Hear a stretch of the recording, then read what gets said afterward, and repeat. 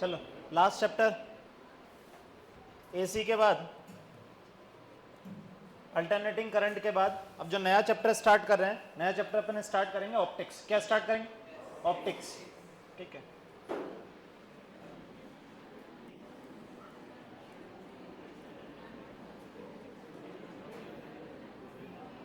अब इधर सुने। अरे अभी तक 12th के पोर्शन में अपन क्या क्या पढ़ चुके हैं, इधर सुने। 12th के पोर्शन से क्या क्या पढ़ चुके हैं। सबसे पहले अपन ने स्टार्ट किया था इलेक्ट्रोस्टैट। इलेक्ट्रोस्टैट के बाद अगला चैप्टर क्या पढ़ा था? ग्रेविटेशन। ग्रेविटेशन के बाद अगला चैप्टर पढ़ा था करंट इलेक्ट्रिसिटी।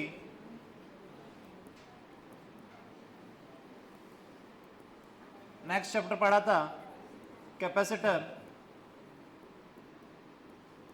उसके बाद पढ़ा था मैग्नेटिक फील्ड एंड फोर्स।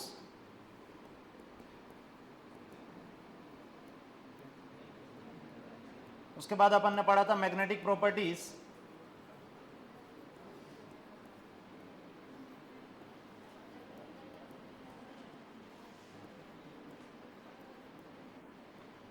उसके बाद पढ़ा था अपन ने EMI, electromagnetic induction.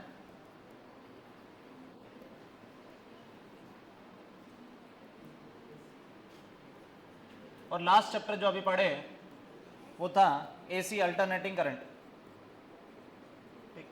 Alternating current. तो ये सारे चैप्टर पढ़े। अब इधर सुनो, ये सारे चैप्टर एक दूसरे कहीं ना कहीं रिलेटेड थे। इधर सुनो, जैसे करंट पढ़ा था तो वो करंट आपस में, जैसे करंट आता था तो capacitor, most of the portion capacitor का खत्म हो जाता था। ठीक है। इलेक्ट्रोस्टैट पढ़े थे तो मोस्ट ऑफ द पोर्शन जो ग्रेविटेशन का था वो खत्म हो गया था। ठीक है। फिर मैग्नेटिक फील्ड एंड फोर्स पढ़े। ठीक है। तो ये चैप्टर भी जो है इलेक्ट्रोस्टैट से कहीं ना कहीं रिजेंबल करता था। ठीक है। मोस्ट ऑफ द चीजें यहां से यहां पे बस फॉर्मुले डिफरेंट थे, बाकी मोस्ट ऑफ द चीजें सेम थी। अगला chapter magnetic properties of matter पढ़े थे, ये इससे रिलेटेड था। फिर ईएमआई वापस से इससे रिलेटेड था। और एसी जो था वो लगभग इंडिपेंडेंट ही टॉपिक था, इनसे ज्यादा कोई लेना देना नहीं था। ठीक। अब ये जो अगला टॉपिक है ऑप्टिक्स, ऑप्टिक्स का ना पीछे वाले 11th क्लास के कोई टॉपिक से लेना देना है, ना 12th क्लास के किसी पीछे वाले टॉपिक से लेना देना है। ठीक है। तो बिल्कुल इंडिपेंडेंट टॉपिक है। ऑप्टिक्स का मतलब क्या है, ऑप्टिक्स में क्या पढ़ने वाले हैं? ऑप्टिक्स में अपन पढ़ने वाले हैं स्टडी ऑफ लाइट, लाइट के बारे में पढ़ने वाले हैं।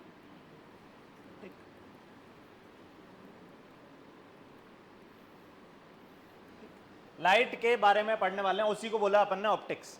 अब अपने सिलेबस में ऑप्टिक्स के जो पोर्शन है वो दो ही पोर्शन है। ऑप्टिक्स अपने सिलेबस में जो है उसके दो ही पोर्शन है, उसको दो पार्ट में कैटेगराइज कर सकते हो। एक है ज्योमेट्रिकल ऑप्टिक्स, ज्योमेट्रिकल ऑप्टिक्स, या इसी को बोलते हैं रे ऑप्टिक्स। और दूसरा पोर्शन जो ऑप्टिक्स का हम पढ़ेंगे वो पढ़ेंगे wave optics, wave optics, wave optics. अब ऑप्टिक्स में ये दो पोर्शन पढ़ने वाले हैं, इधर सुने। पहला चैप्टर जो होगा वो होगा ज्योमेट्रिकल ऑप्टिक्स, या उसी को बोल दोगे रे ऑप्टिक्स। दूसरा पोर्शन जो है ऑप्टिक्स का वो है वेव ऑप्टिक्स। दोनों ही में पढ़ने लाइट के बारे में ही पढ़ने वाले हो। ठीक है। दोनों ही पोर्शन में लाइट के बारे में ही पढ़ोगे, क्योंकि ऑप्टिक्स का मतलब ही स्टडी ऑफ लाइट था, स्टडी ऑफ लाइट। ठीक है। तो इसमें भी लाइट के बारे में पढ़ोगे, इसमें भी लाइट के बारे में ही पढ़ोगे। पर इन दोनों चैप्टर को अलग अलग क्यों किया गया है?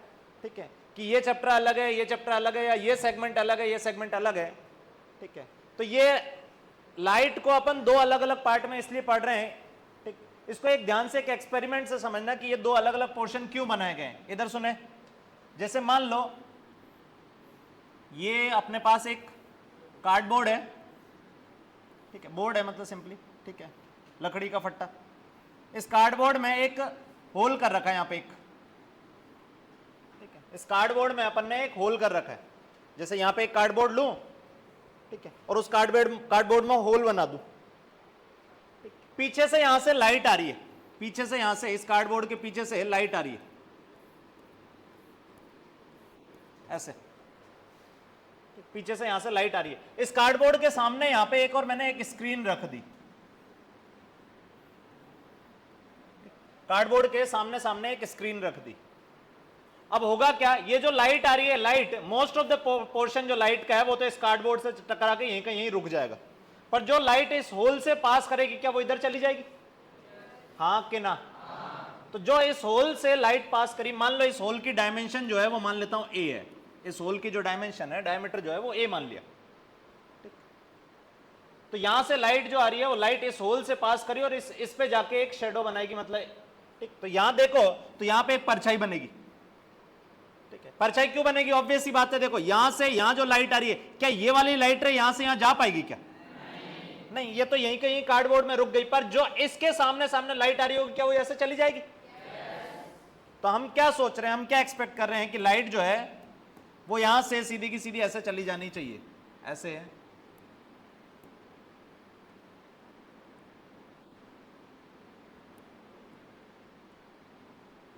ऐसे, ठीक है। इस होल से जो पास करी वो लाइट यहां सीधी चलेगी और यहां पे ब्राइट स्पॉट बनेगा, ये ब्राइट स्पॉट बनेगा।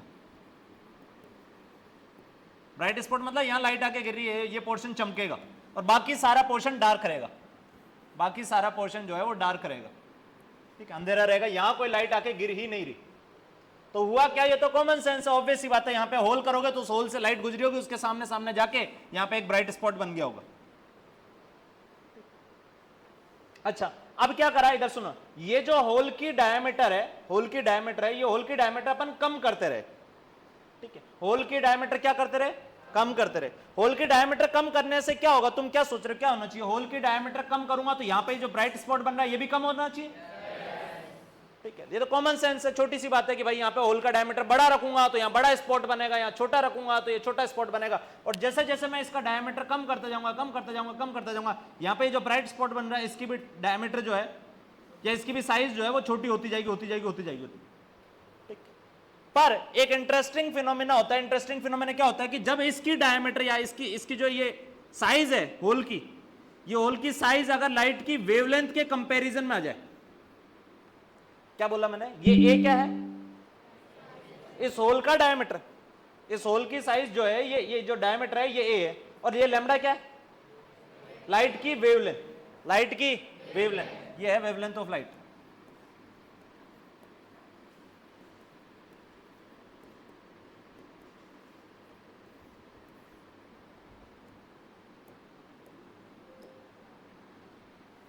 हाँ, लाइट की वेवलेंथ। तो जब इस होल की साइज लाइट की वेवलेंथ के कंपैरिजन में चली जाएगी, मतलब उसी के आजू बाजू, जैसे मान लो लाइट की वेवलेंथ जो है वो फॉर एग्जांपल मान लीजिए कुछ एक्स एंगस्ट्रॉम है, लाइट की वेवलेंथ जो है वो कुछ एक्स एंगस्ट्रॉम है, ठीक है। तो इस होल की साइज भी x, 2x, 3x मतलब इस ऑर्डर में चली जाएगी, एंगस्ट्रॉम में कुछ x, 2x, 3x मतलब इस होल की साइज के कंपेरेबल हो गई वो वेव, होल की साइज जो है वो वेवलेंथ के कंपैरिजन में हो गई, ठीक है। तो ये जो अपन ये फिनोमेना ऑब्जर्व कर रहे थे, ये ऐसा फिनोमेना ना होकर कुछ इंटरेस्टिंग दूसरा फिनोमेना हो रहा है। वो फिनोमेना क्या हो रहा है, इधर सुनो,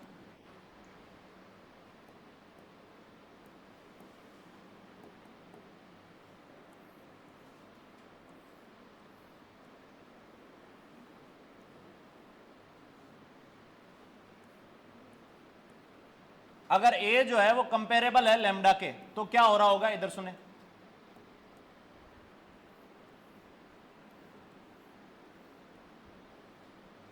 अब तुम्हारे अकॉर्डिंग इधर सुनो, पहले जो अपन पढ़ के आए तो क्या होना चाहिए था, हम क्या सोच रहे हैं क्या होना चाहिए, यहां से लाइट आ रही है तो क्या होना चाहिए, बोलो भाई, ये तो तुम ही बता सकते हो क्या होना चाहिए यहां सामने सामने, क्या इसके सामने सामने छोटा करा तो यहाँ छोटा स्पॉट बन जाएगा, ठीक है। तो हमारा प्रिडिक्शन ये था, हमारा अनुमान ये था कि भाई हाँ ये छोटा करूंगा तो यहाँ छोटा स्पॉट बनेगा और क्या होगा, ठीक है। पर हुआ क्या रियल में, लाइट जो है इस ऑब्स्टेकल से सीधे सीधे या इस होल से सीधे सीधे ना जाके ऐसे थोड़ी सी डेविएट हो गई और होल जो है बना वो बड़ा बन गया, जो ये साइज थी इससे बड़ा होल बना। पर ये फिनोमेना हो कब रहा है, जब होल की साइज जो है वो किसके कंपैरिजन में, लाइट के वेवलेंथ के कंपैरिजन। जैसे जैसे लाइट की वेवलेंथ के पास में जाओगे, होल की साइज उसके पास में जाएगी, ये फिनोमेना हमें ऑब्जर्व होगा कि जो सामने ब्राइट स्पॉट बन रहा है वो ब्राइट स्पॉट बड़ा बन रहा है इससे। मैं क्या बोला, पल्ले पड़ा? जब होल की साइज बड़ी होगी तो ये उतना ही साइज का बनेगा। जब होल की साइज बड़ी है, इधर सुनो, जब ए जो है ये, जब ए जो है अगर बड़ा है वेवलेंथ से, काफी बड़ा है, कई गुना बड़ा है, मान लो ये कुछ सेंटीमीटर में, होल जो है, होल की डायमीटर कुछ सेंटीमीटर में, 2 सेंटीमीटर 3 सेंटीमीटर, और लाइट की वेवलेंथ हमें पता है कुछ एंगस्ट्रॉम होती है। मैं क्या बोला, पल्ले पड़ा? तो वो सेंटीमीटर तो एंगस्ट्रॉम के रेस्पेक्ट में बहुत बड़ा है, तो ये जो है ये बहुत बड़ा है लाइट की वेवलेंथ से, तो हमें दिख रहा है कि जितना ये होल होगा उतना ही ब्राइट स्पॉट बन रहा है। पर इंटरेस्टिंग फिनोमेना कब ऑब्जर्व हो रहा है? जब ये छोटा करता जाऊं, छोटा करता जाऊं, छोटा करता जाऊं, और ये इतना छोटा कर दूं कि लाइट की वेवलेंथ का ऑर्डर का हो जाए, तब ये सामने सामने इतना का इतना होल ना बन के बड़ा होल बनता है, बड़ा ब्राइट स्पॉट बनेगा। ठीक है, तो इसमें इधर सुनो, इसमें क्या हो रहा है, इसमें जो लाइट है, अपन मान रहे हैं कि लाइट कैसे ट्रेवल कर रही है, लाइट सीधी की सीधी ट्रेवल कर रही है। लाइट कैसे ट्रेवल कर रही है? सीधी सीधी रेखा में लाइट ट्रेवल कर रही है, कि यहां से यहां ऐसे रे गई होगी सीधी, इसलिए यहां ब्राइट स्पॉट बन गया।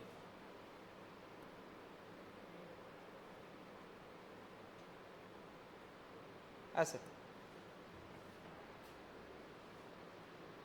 तो यहां पे अपन मान रहे हैं कि लाइट का रेक्टिलिनियर प्रोपोगेशन हो रहा है, rectilinear propagation of light, rectilinear propagation of light. Light का रेक्टिलिनियर प्रोपोगेशन, रेक्टिलिनियर प्रोपोगेशन मतलब स्ट्रेट लाइन में चलना। स्ट्रेट लाइन में जब भी कोई ऑब्जेक्ट चलता है तो उसको बोलते हैं रेक्टिलिनियर प्रोपोगेशन, सीधी रेखा में गति। ठीक है, तो यहां पे इधर सुनो, इस वाले केस में लाइट सीधी रेखा में ट्रेवल कर रही है, जबकि क्या इस केस में जब ए बहुत छोटा होते होते होते होते होते होते लाइट की वेवलेंथ के कंपैरिजन में आ जाएगा, तो क्या अब ये सीधी रेखा में ट्रेवल कर रही है? अगर सीधी रेखा में ट्रेवल करती तो इतना ही साइज का बनता। मैं क्या बोला, पल्ले पड़ा? तो हुआ क्या, यहां पे लाइट जो है ना, ये जहां पे बाउंड्री है, इस बाउंड्री से आगे फैल गई ऐसे, जैसे यहां पे होल किया छोटा सा, अगर उसी होल से सीधे सीधे निकलती तो वो इतना ही ब्राइट स्पॉट बनता। हुआ क्या, ये होल जब वेवलेंथ के कंपैरिजन में आया तो लाइट यहां पे आई और वो ऐसे फैल गई। मैं क्या बोला, पल्ले पड़ा? और वो लाइट ऐसे फैल के यहां पे बड़ा ब्राइट स्पॉट बनाया। ठीक है, तो ये यहां पे जो लाइट का है वो रेक्टिलिनियर प्रोपोगेशन नहीं हो रहा।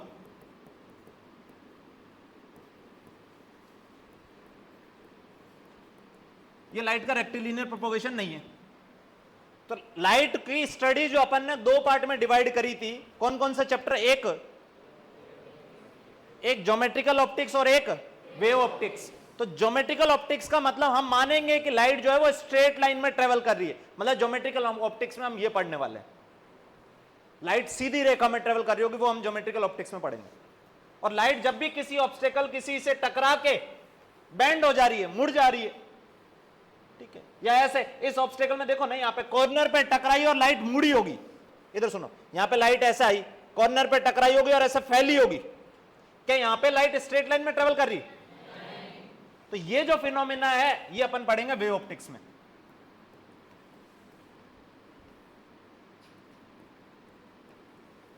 ये अपन पढ़ेंगे वेव ऑप्टिक्स में, और ये जो पीछे वाला फिनोमेना था ये पढ़ेंगे अपन ज्योमेट्रिकल ऑप्टिक्स में। ज्योमेट्रिकल ऑप्टिक्स मतलब ज्योमेट्रिकल ऑप्टिक्स जब जब अब ये वाला चैप्टर पढ़ रहे हैं अपन, ठीक है, तो पहले ये वाला चैप्टर पढ़ेंगे ज्योमेट्रिकल ऑप्टिक्स या रे ऑप्टिक्स। तो जब ये चैप्टर पढ़ेंगे तो हम बैक ऑफ द माइंड ध्यान रखेंगे कि लाइट हमारी कैसे ट्रेवल करने वाली? Straight line. तो ये पूरे चैप्टर में हम मानेंगे कि लाइट स्ट्रेट लाइन में ट्रेवल कर रही है। क्या बोला, पल्ले पड़ा? लाइट को मतलब एज ए रे मानोगे, एक तरह से तीर मान लो कि लाइट एक तीर है, ऐसे सिंपल। पर जब यहां पढ़ रहे होंगे तो लाइट को एज ए वेव मानेंगे। वेव ऑप्टिक्स में अपन को लाइट को एज ए वेव ट्रीट करेंगे, light is treated as wave.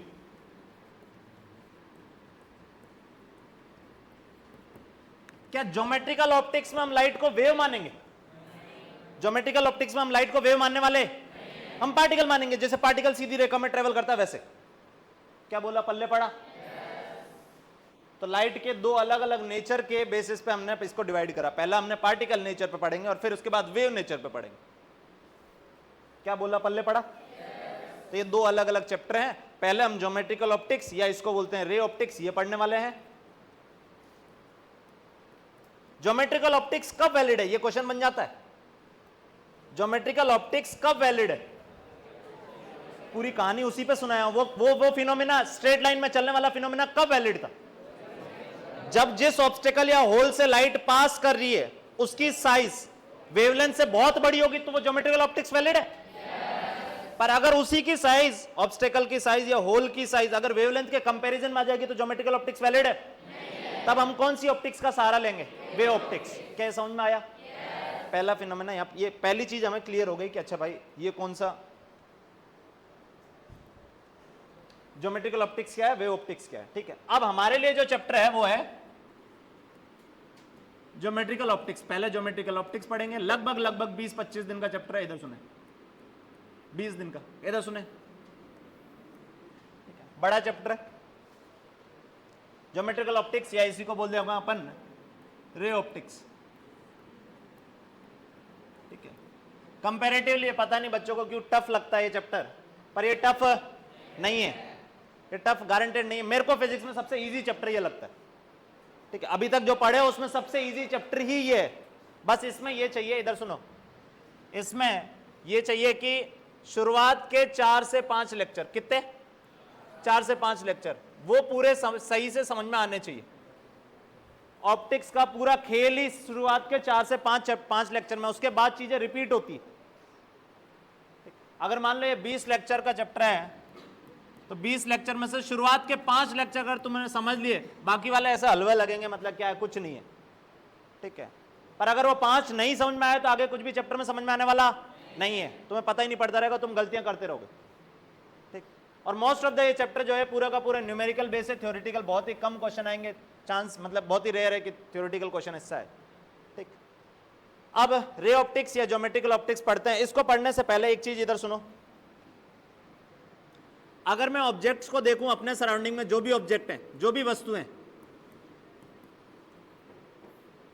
ठीक है, अपने सराउंडिंग में जो भी ऑब्जेक्ट है, डे टू डे लाइफ में जितने भी ऑब्जेक्ट तुम देख रहे हो, तो कुछ ऑब्जेक्ट ऐसे होंगे जो खुद की लाइट प्रोड्यूस करते हैं और कुछ ऑब्जेक्ट ऐसे हैं जो खुद की लाइट प्रोड्यूस करते हैं। अब जैसे मान लो ये ट्यूबलाइट, क्या ट्यूबलाइट खुद की लाइट है कि दूसरे की लाइट से चमक रही है? इसकी खुद की लाइट है। मैं क्या बोला, समझ में आया? ट्यूबलाइट की तो खुद की लाइट है। ये बेंच, क्या बेंच की खुद की लाइट है? बेंच खुद तो ग्लो कर ही नहीं रही। ठीक है, तो दुनिया में कुछ ऑब्जेक्ट ऐसे होंगे जिनकी खुद की लाइट है, जो खुद चमक रहे। ठीक है, और दूसरे जो हैं वो खुद चमक नहीं रहे, उनकी कोई लाइट नहीं है। जैसे मान लो इसकी खुद की कोई लाइट है क्या? इसकी खुद की कोई लाइट नहीं है। तो यहां पे ऑब्जेक्ट को अगर मैं डिवाइड करूं तो 2 पार्ट में डिवाइड कर दूं, एक ल्यूमिनियस और एक नॉन ल्यूमिनियस।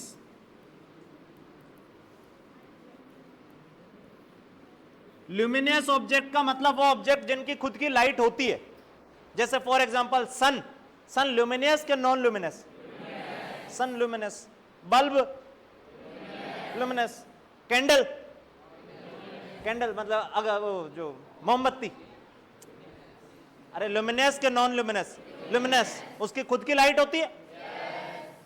ठीक है, तो ल्यूमिनियस मतलब जिनकी खुद की लाइट होती है।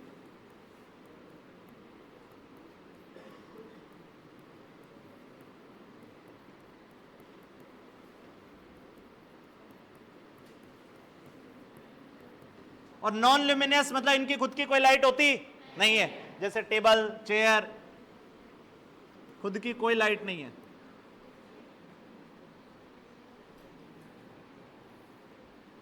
अरे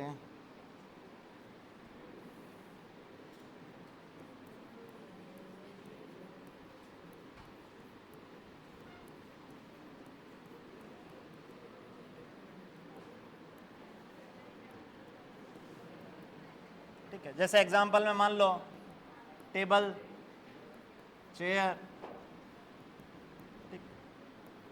एटसेट्रा, कुछ भी जो भी डे टू डे लाइफ में देखते हो, पंखा वंखा सब। ठीक है, खुद की लाइट जिनकी होती है उनका एग्जांपल लिख लो, मान लो जैसे सन हो गया, ट्यूबलाइट हो गई,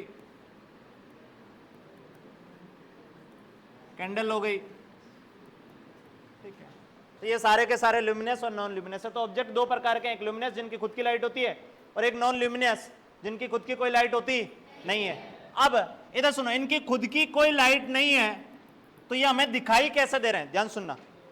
इनकी खुद की तो कोई लाइट है नहीं तो हमें ये दिखाई कैसे दे रहे हैं, तो हाउ वी सी ऑब्जेक्ट्स, हम ऑब्जेक्ट्स को कैसे देख पाते हैं, ऑब्जेक्ट्स को हम कैसे देख पा रहे हैं, ध्यान से सुनना। मान लो एक एग्जांपल पे, इधर सुनो, ये इस रूम की पूरी दीवारें जो हैं वो पूरी की पूरी काली पेंट कर दो, गेट भी काला पेंट कर दो, सब पूरा पैक कर दो, और इस रूम की पूरी ये लाइटें जो है बंद कर दो, ठीक है।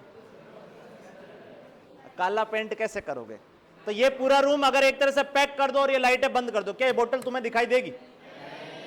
अरे बोलो भाई, ये बोतल दिखाई देने वाली? मतलब इस बोतल के दिखने में कहीं ना कहीं लाइट्स का हाथ है, हाथ पांव, अबे कहीं ना कहीं लाइट्स का योगदान है, नहीं तो ये दिखाई देने वाली नहीं है। अब वो दिख कैसे रही है बोतल, ध्यान से सुनना एक मिनट, इधर सुनो, हमें चीजें दिखती कैसे, हो क्या रहा है, ये ल्यूमिनियस के नॉन ल्यूमिनियस? Non luminous. इसकी खुद की तो कोई लाइट है ही नहीं, खुद की लाइट होती तो ये कमरा बंद करने के बाद भी ये चमकता और ये दिखता। क्या बोला, पल्ले पड़ा? अब जैसे एक और एग्जांपल बोलता हूं, जैसे मान लो तुमने रोड साइड पे देखा होगा, वो जो लोहार रहते हैं वो लोहा गर्म कर कर कर कर ऐसे पीटते रहते हैं। अरे हथौड़ी वथौड़ी जो बनाते हैं, वो हथौड़ी और उसको कुल्हाड़ी जो बोलते हैं, कुल्हाड़ी जो बनाते हैं तो वो क्या करते हैं, लोहे को गर्म कर कर ठोकते रहते हैं। तो देखा होगा तुमने, लोहा लाल पिलपिला जाता है, हाँ कि ना? अब सुनना, वो लोहा तुम उठा के यहां लाओ रूम में, वो लोहा तुम उठा के यहां रूम में लाओ, ठीक है, लाइटें फिर से बंद है, कमरा पूरा ब्लॉक है, क्या वो तुम्हें दिखाई देगा? वो तुम्हें दिखाई देगा, हाँ कि ना? पर वही लोहा ठंडा होता 2 दिन बाद आके देखो उसी लोहे को, वो दिखाई देने वाला नहीं दिखाई देगा। मैं क्या बोला, पल्ले पड़ा? सेम लोहा एक टेम्परेचर पे दिखाई दे रहा है और दूसरे टेम्परेचर पे वही लोहा दिखाई नहीं दे रहा। लोहा तो वही है, क्या मटेरियल चेंज कर दिया? क्या मटेरियल चेंज नहीं करा, लोहा वही का वही है, एक टेम्परेचर पे वो लोहा दिखाई दे रहा है और एक टेम्परेचर पे वो दिखाई नहीं दे रहा। जब ठंडा हो गया, सुनो, जब ठंडा हो गया तो दिखाई देना बंद कर दिया, जब वो गर्म कर रखा है, लाल पिलपिला हो रहा है, तो वो दिखाई दे रहा, हमें चमकेगा। अरे सही है। तो दिखने के, इधर सुनो, हमें दिखने के 2 कारण है। हम देख किस किस के कारण पाते हैं, तो पहला फिनोमेना है रिफ्लेक्शन और दूसरा फिनोमेना है रेडिएशन।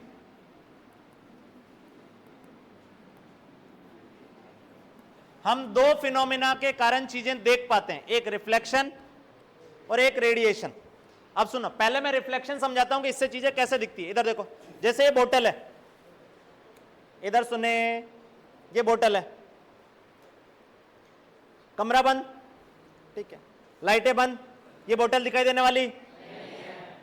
कमरा बंद, लाइटें चालू, क्या बोतल दिखेगी? हो क्या रहा है, ध्यान सुनना, ये लाइट का सोर्स है, ये लाइट का सोर्स क्या लाइट नीचे नीचे ही पटक रहा है कि लाइट सब तरफ फैल रही है?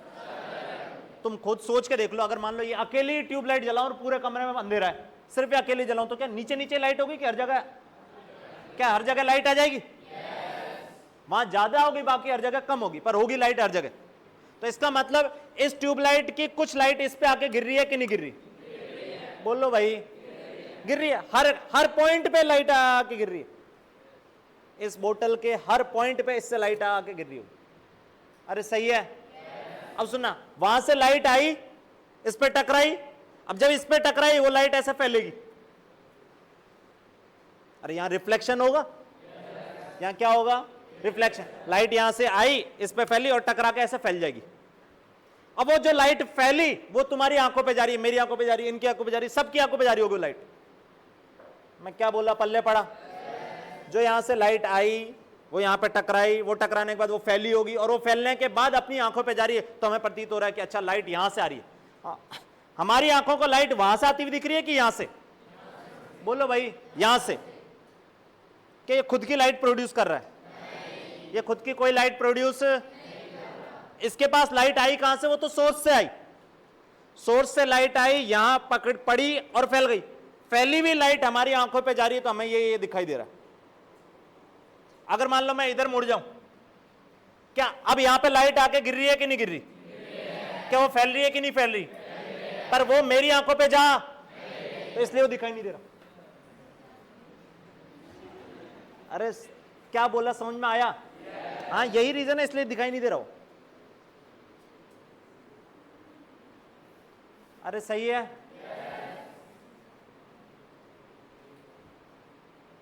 अच्छा मान लो इधर सुनो, लाइट ऐसे आई और फैलने के बाद सीधी इधर इधर ही जा रही है। मान लो ऐसा हो जाए, लाइट इधर आई और यहां से टकराई, और फैलने के बाद लाइट सीधी इधर इधर जा रही है, और तुम इधर बैठे हो, क्या ये दिखाई देगा? ये दिखाई देने वाला? वो जो तुम्हें ये दिखाई इसलिए ही दे रहा है कि यहां से जो लाइट टकराई, जो फैली, वो लाइट तुम्हारी आंखों पे जा रही है, तभी ये दिखाई दे रहा है, नहीं तो ये दिखाई देने वाला। अब जब वो सोर्स ही बंद कर दूंगा तो इस पे कोई लाइट आके गिरने वाली, तो कुछ रिफ्लेक्शन होकर कुछ नहीं होगा, मतलब यहां पे फैलेगी नहीं, लाइट ही नहीं फैलेगी, तो तुम्हारी आंखों पे कुछ जाने वाला ही नहीं है। तो रिफ्लेक्शन से चीजें, हम जो भी देख रहे हैं डे टू डे लाइफ में, वो सारी चीजें ऐसे ही देख पा रहे हैं रिफ्लेक्शन के कारण। डे टू डे लाइफ में जो भी चीजें देख रहे हो, सारी की सारी चीजें तुम रिफ्लेक्शन के कारण ही देख रहे हो, कुछ चीजें छोड़ के। ठीक है, तो मतलब मोस्ट ऑफ द चीजें जो हम दुनिया में देख रहे हैं, वो सिर्फ किसके कारण देख रहे हैं? रिफ्लेक्शन। अगर रिफ्लेक्शन ना हो तो हम देख ही ना पाए, आंखें भले ही हो, देख ही नहीं पाओ। मैं क्या बोला, समझ में आया? हाँ, है ना, ये सिंपल सी चीज। लाइटें बंद कर दो, रिफ्लेक्शन होगा नहीं, रिफ्लेक्शन नहीं होगा तो अपनी आंखें हैं तब भी हम देख नहीं पाएंगे। अच्छा, ये बोतल खुद लाइट प्रोड्यूस कर रही है क्या? बोलो भाई, इस बोतल की खुद की तो कोई लाइट लाइट तो वहां सोर्स से आई है, ल्यूमिनियस सोर्स से लाइट आके उस पर गिरी, वो फैली और वो हमारी आंखों पे गई, तो हमें वो दिखाई दिया। क्या बोला, पल्ले पड़ा? अच्छा एक चीज और, जैसे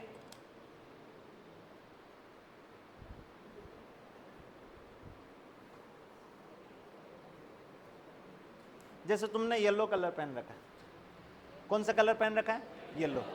इधर सुनो, ये कौन सी लाइट प्रोड्यूस कर रहा है? White light. कौन सी लाइट प्रोड्यूस कर रहा है? White light. मैं मान रहा हूं कि तुम्हें इतना तो पता होगा कि व्हाइट लाइट में अगर कंपोनेंट करूं सातों, तो क्या वो सातों कलर विबग्योर होंगे?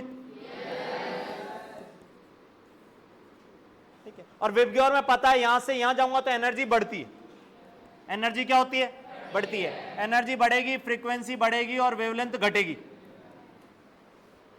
ठीक है, तो विबग्योर, अगर व्हाइट लाइट की बात करूं, व्हाइट लाइट में 7 कंपोनेंट जो है विबग्योर, इसमें यहां से यहां जाऊंगा, मतलब वोलेट की तरफ जाऊंगा तो एनर्जी बढ़ेगी, फ्रीक्वेंसी बढ़ेगी और वेवलेंथ घटेगी।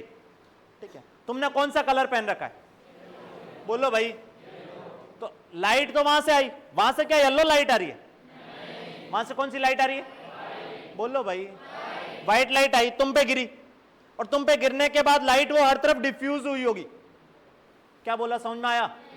वो लाइट हर तरफ डिफ्यूज हुई होगी, ऐसे फैली होगी, और वो फैलने के बाद तुम मेरे को येलो कैसे दिखाई दे रहे हो? तुम्हारी टी शर्ट जो है वो येलो कैसे दिखाई दे रही है? तो इधर सुनो, वो जो लाइट आके गिरी, व्हाइट लाइट, वो सारे के सारे कंपोनेंट जो है वो एब्जॉर्ब करी। ठीक है, और मोस्ट ऑफ द पोर्शन जो रिफ्लेक्ट करी, वो येलो वाला रिफ्लेक्ट करी। व्हाइट लाइट जो तुम पे आके गिरी, उस व्हाइट लाइट में से कौन सा कंपोनेंट ज्यादा रिफ्लेक्ट हुआ?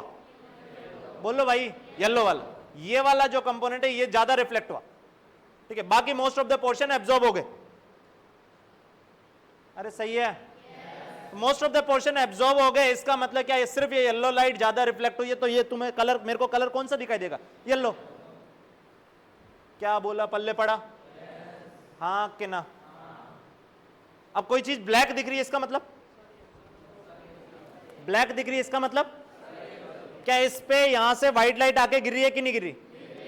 व्हाइट लाइट आके गिर रही है, पर इसने मोस्ट ऑफ द कलर सारे के सारे व्हाइट लाइट के एब्जॉर्ब कर लिए, कुछ भी रिफ्लेक्ट हो ही, तो तुम्हें वो काला दिख रहा है। अब तुमने ये सुना होगा, इधर सुनो, कि गर्मियों में काले कपड़े ना पहने। हाँ कि ना? क्यों ना पहने गर्मियों में काले कपड़े? क्योंकि सन से जो हीट आएगी, वो काला पहनोगे तो सारे के सारे रेडिएशन एब्जॉर्ब करेगा, most of the radiation absorb करेगा, और most of the radiation absorb करेगा तो हीट और बढ़ेगी। क्या बोला, पल्ले पड़ा? बोलते हैं गर्मियों में जो कपड़े पहनो वो व्हाइट कपड़े पहनो। अपने राजस्थान में तुमने इधर वाली साइड देखा होगा, जो भी बुड्ढे हैं, ठीक है, वो सारे के सारे धोती देख लो, कुछ भी देख लो, कौन सा कलर की पहनते हैं? व्हाइट। क्यों पहनते हैं व्हाइट? हाँ, बड़े बड़े बढ़िया लगती है व्हाइट। व्हाइट क्यों पहनते हैं? बुड्ढे हैं इसलिए, बुड्ढे हैं इसलिए व्हाइट पहन रहे हैं। जवान थे तो रंग बिरंगी धोती पहनते थे, सही है।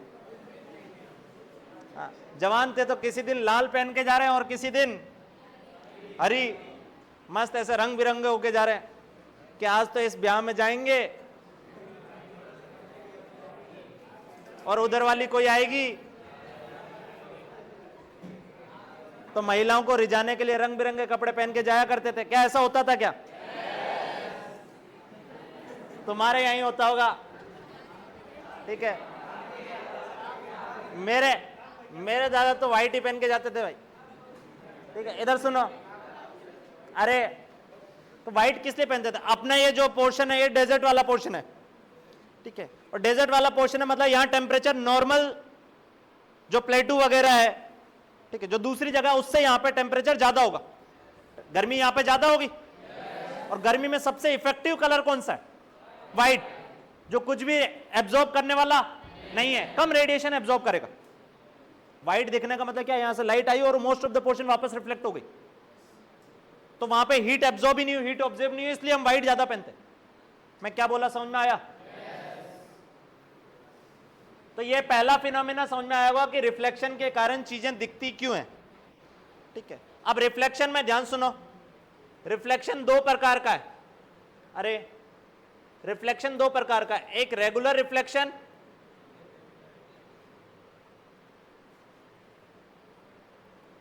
और एक डिफ्यूज्ड रिफ्लेक्शन।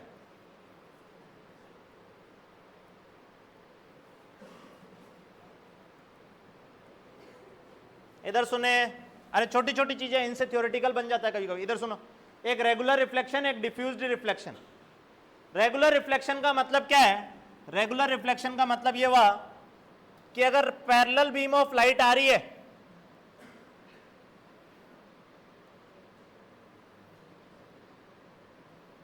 ऐसे इस सरफेस पे पड़ी और पड़ने के बाद ये जब रिफ्लेक्ट हो रही तो वापस से ऐसे पैरेलल ही चली गई,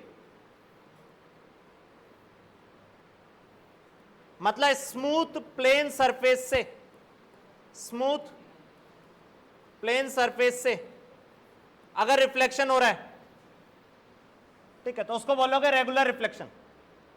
तो रेगुलर रिफ्लेक्शन का मतलब क्या हुआ? लाइट यहां पे पैरेलल ऐसे आके पड़ी तो वो एक ही डायरेक्शन में पैरेलल पैरेलल वापस निकल गई, ठीक है, तो ये रेगुलर रिफ्लेक्शन कहलाएगा, ठीक है। मतलब स्मूथ सरफेस से जो रिफ्लेक्शन हो रहा है वो अपना रेगुलर रिफ्लेक्शन है। डिफ्यूज्ड रिफ्लेक्शन का मतलब क्या? डिफ्यूज्ड रिफ्लेक्शन का मतलब ये हुआ कि लाइट रफ सरफेस पे आके पड़ रही है, रफ सरफेस पे आके लाइट पड़ रही है, खुरदरी सरफेस पे। तो जब खुरदरी सरफेस पे लाइट आके पड़ी, ऐसे पैरेलल बीम पड़ी,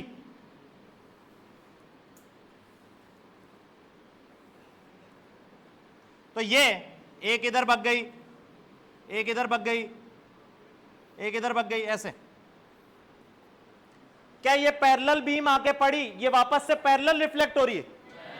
ये हर तरफ फैल जाएगी, हाँ कि ना? तो ये डिफ्यूज्ड रिफ्लेक्शन हुआ, डिफ्यूज्ड रिफ्लेक्शन।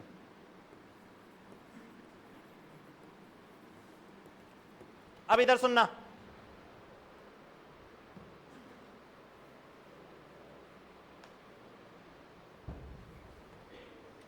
इधर सुनो, ये जैसे ये मान लो यहां पे ये लिख रखा है मिल्टन, क्या लिख रखा है? ये मिल्टन, ठीक है। मान लो कोई भी नाम लिख रखा है, कुछ भी, ठीक है। लाइट यहां से आके पड़ी, उस पर पड़ी और वापस यहां से रिफ्लेक्ट हुई। अब ये जो रिफ्लेक्शन हो रहा है ये रेगुलर हो रहा है कि डिफ्यूज हो रहा है? सोचो, बोलो भाई, ये डिफ्यूज हो रहा होगा तभी तुम्हें उधर से भी ये वर्ड दिखाई दे रहा है, इधर से भी ये वर्ड दिखाई दे रहा है, इधर से भी ये वर्ड दिखाई दे रहा है। मैं क्या बोला, पल्ले पड़ा? अगर ये रेगुलर होता, रेगुलर का मतलब तो क्या है, पैरेलल बीम आई, इस पे टकराई और पैरेलल वापस ऐसे इधर निकल गई, तो इधर वालों को ये वर्ड दिखाई देने वाला ही नहीं है।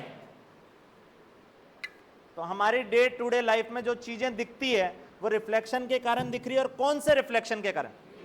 रेगुलर के डिफ्यूज्ड। डिफ्यूज्ड रेगुलर रिफ्लेक्शन होता तो वो ऑब्जेक्ट जो है वो एक डायरेक्शन से दिखता और दूसरी डायरेक्शन से वो दिखता नहीं।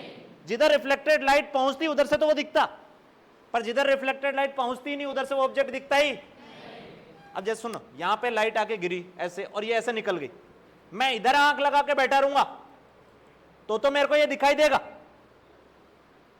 हाँ कि ना? जबकि अगर मैं इधर आंख लगा के बैठ जाऊं, क्या ये दिखाई देने वाला है? ये दिखाई देने वाला। अब डिफ्यूज जब रिफ्लेक्शन होगा तो इस पूरे सराउंडिंग में कहीं पे भी बैठो हर जगह दिखाई देगा। तो हमारी दुनिया में जो भी चीजें दिख रही है हमें डे टू डे लाइफ में, टेबल दिख रही है, ये दिख रहा है, ये दिख रहा है, ये सब कुछ डिफ्यूज रिफ्लेक्शन हो रहा है, मतलब रफ सरफेस से रिफ्लेक्शन हो रहा है। ये सारी की सारी रफ सरफेस है, इनको माइक्रोस्कोप पे जाके देखोगे तो खुरदुरी ही नजर आएंगे ऐसे। क्या बोला, पल्ले पड़ा? कितनों को ये पॉइंट समझ में आया?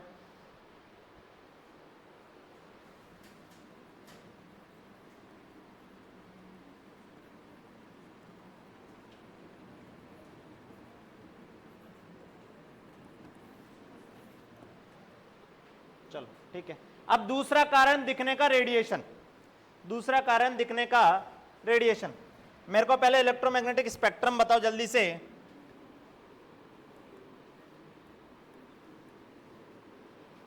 जल्दी बताओ कौन कौन से रेडिएशन होते हैं, तुमने पढ़ा होगा एटॉमिक स्ट्रक्चर में, जल्दी बताओ। रेडियो, बोलो भाई। रेडियो, माइक्रो, इंफ्रारेड, बोलो भाई। विजिबल, बोलो। UV, X ray, gamma ray, cosmic ray. सही है क्या? गामा रे एंड कॉस्मिक, ये पढ़ा होगा। अब इधर से इधर जाते हो तो एनर्जी क्या होती है? इधर से इधर जाओगे तो एनर्जी क्या होगी? एनर्जी बढ़ेगी तो फ्रीक्वेंसी, फ्रीक्वेंसी बढ़ेगी तो वेवलेंथ। अरे सही है, ये पता होगा मेरे हिसाब से। ठीक, अब सुनो, दुनिया में कोई भी ऑब्जेक्ट, ध्यान सुनना, दुनिया में कोई भी ऑब्जेक्ट जिसका तापमान 0 केल्विन से ऊपर है, कितना? 0 kelvin, 0 kelvin minus 273.15 degree centigrade, यानी 0 केल्विन से ऊपर अगर तापमान है तो वो बॉडी रेडिएट कर रही है, थर्मल रेडिएशन एमिट कर रही है। टेम्परेचर, अगर किसी बॉडी का टेम्परेचर, अगर किसी बॉडी का टेम्परेचर, किसी बॉडी का टेम्परेचर 0 केल्विन से ऊपर है तो वो थर्मल रेडिएशन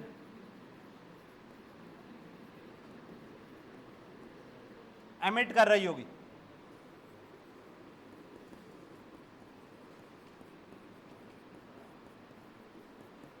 इधर सुनो, मैंने क्या लिखा?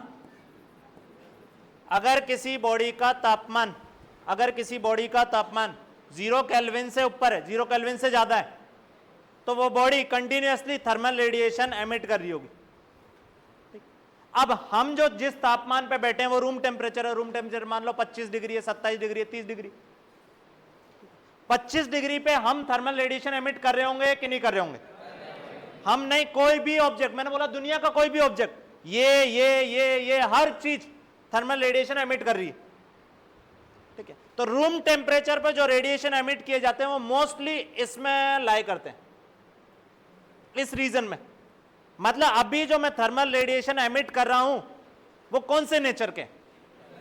बोलो भाई। इंफ्रारेड, वो इस रीजन में लाई कर रहे हैं। पर क्या इंफ्रारेड हमें दिखाई देती? हमें कौन सा पोर्शन इसमें दिखाई देता है? ये पोर्शन हमें दिखाई देता है।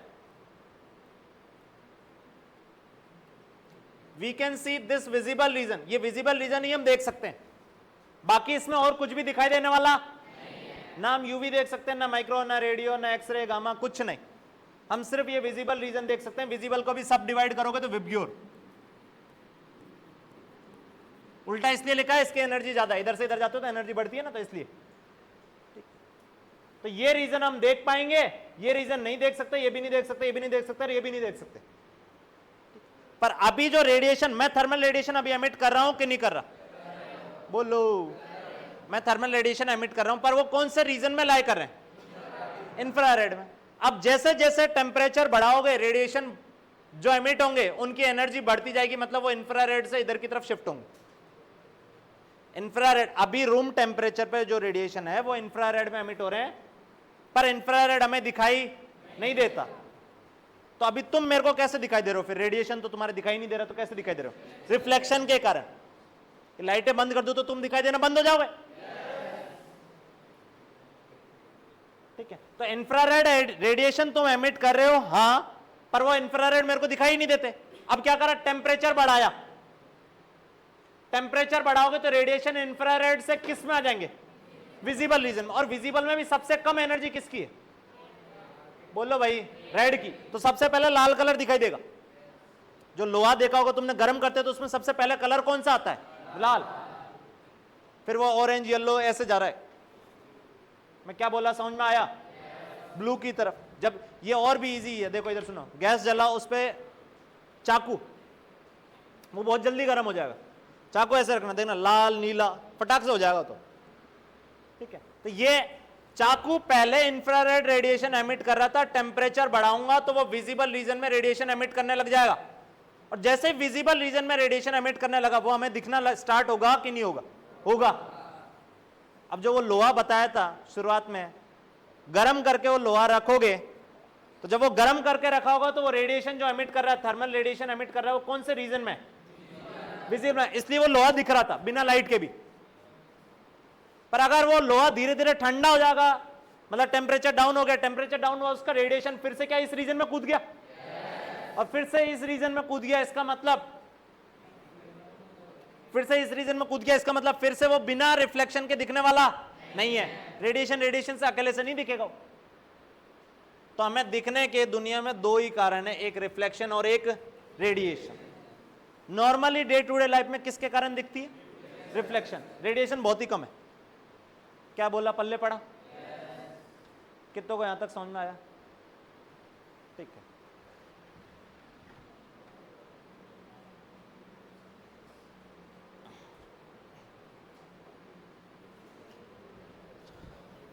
एक मिनट रुको।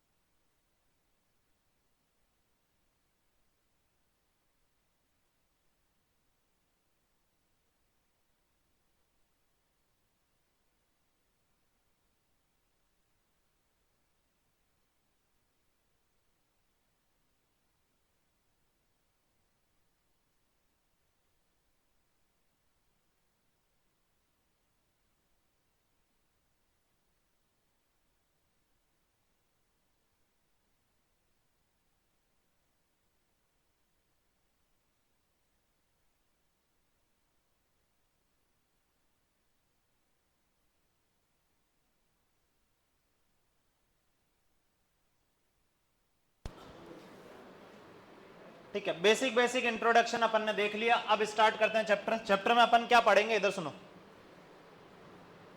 ज्योमेट्रिकल ऑप्टिक्स को, ज्योमेट्रिकल ऑप्टिक्स या रे ऑप्टिक्स को अपन ने इस चैप्टर को दो पार्ट में डिवाइड कर रहे हैं। इसमें दो फिनोमिना पढ़ने वाले हैं, ठीक है। एक पढ़ने वाले हैं रिफ्लेक्शन, जिसको हिंदी में बोल देंगे परावर्तन। रिफ्लेक्शन हिंदी में क्या बोल देंगे, परावर्तन। और दूसरा फिनोमिना जो पढ़ेंगे वो पढ़ेंगे रिफ्रैक्शन। तो इस पूरे चैप्टर में दो ही फिनोमिना पढ़ने वाले हैं, एक रिफ्लेक्शन और एक रिफ्रैक्शन। रिफ्लेक्शन का मतलब क्या होता है, सुनो। रिफ्लेक्शन का मतलब ये होता है कि लाइट रे आई, किसी बाउंड्री पे या किसी इंटरफेस पे टकराई, यानी इसका मतलब ये हुआ कि यहां पे एक मीडियम था, यहां एक दूसरा मीडियम था, लाइट रे आई, इस बाउंड्री पे टकराई और वापस जिस मीडियम से आई थी उसी मीडियम में चली गई। यहां इधर सुनो, लाइट रे कौन से मीडियम से आ रही है, जवाब देते चले। मीडियम 1 से लाइट में आ रही है और वापस बाउंड्री पे टकरा के वापस किधर चली गई, मीडियम 1 में। सेम मीडियम, जिस मीडियम में आई उसी मीडियम में वापस चली गई, तो उस फिनोमेना को बोलेंगे रिफ्लेक्शन। उसको क्या बोलोगे, रिफ्लेक्शन। अब रिफ्लेक्शन में हम कैसे पढ़ेंगे चैप्टर में, इधर सुनो। पहले ये पढ़ेंगे रिफ्लेक्शन में, फिर से हमने दो पार्ट डिवाइड कर दिए। Reflection from plane surface and curved surface.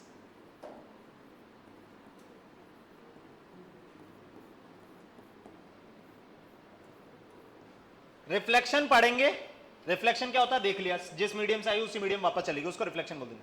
Reflection फिर से दो पार्ट पढ़ेंगे। कैसे, रिफ्लेक्शन पढ़ेंगे प्लेन सरफेस से और रिफ्लेक्शन पढ़ेंगे कर्व्ड सरफेस से। दूसरा पोर्शन पढ़ेंगे रिफ्रैक्शन। रिफ्रैक्शन का मतलब क्या, रिफ्रैक्शन का मतलब है लाइट एक मीडियम से आ रही है और इस बाउंड्री से दूसरे मीडियम में चली गई। कैसे, ये मीडियम 1, मीडियम 2, लाइट रे आ रही है मीडियम 1 में, मीडियम 2 में चली गई, तो ये जो फिनोमेना है इसको बोलेंगे रिफ्रैक्शन। एक मीडियम से दूसरे मीडियम में जाना, ये रिफ्रैक्शन। अब रिफ्रैक्शन को भी फिर से दो पार्ट में पढ़ेंगे। रिफ्रैक्शन फ्रॉम प्लेन सरफेस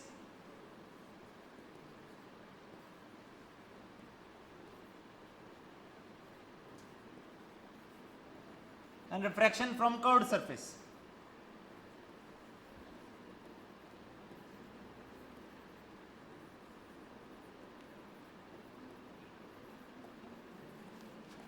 इसका मतलब क्या है, इधर सुनो। जैसे यहां जो सरफेस है, ये जो बाउंड्री है, ये बाउंड्री प्लेन है कि कर्व्ड है, प्लेन, तो ये रिफ्रैक्शन हो रहा है प्लेन सरफेस से।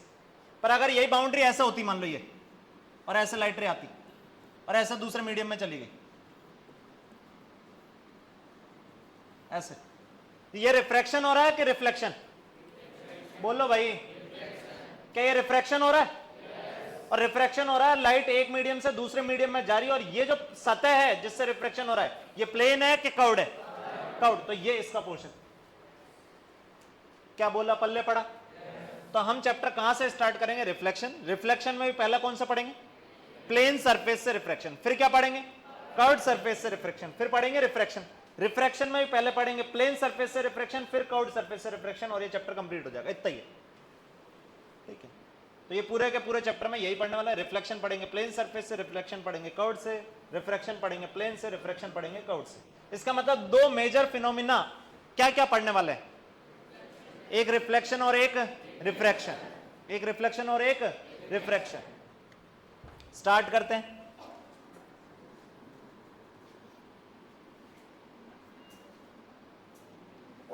रिफ्लेक्शन क्या होता है, रिफ्लेक्शन बताओ जल्दी से। अभी इतनी देर से बता ही रहा हूं, रिफ्लेक्शन क्या होता है? लाइट एक मीडियम से आई, बाउंड्री पे या इंटरफेस पे टकराई और वापस उसी मीडियम में चले जाने वाली घटना को क्या रिफ्लेक्शन बोलते हैं? ठीक है, तो ये सबको पता होगा, लिखने की जरूरत भी नहीं है, ठीक है। इसको सिंपल से छोटा सा लिखना चाहता है, ऐसे लिख दो, सेम मीडियम में वापस लौट जाना, सेम मीडियम में वापस लौट जाना।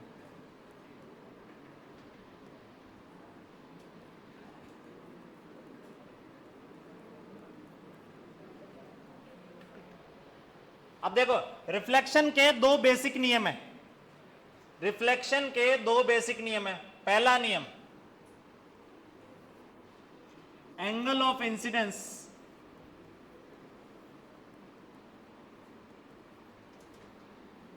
Is equal to angle of reflection.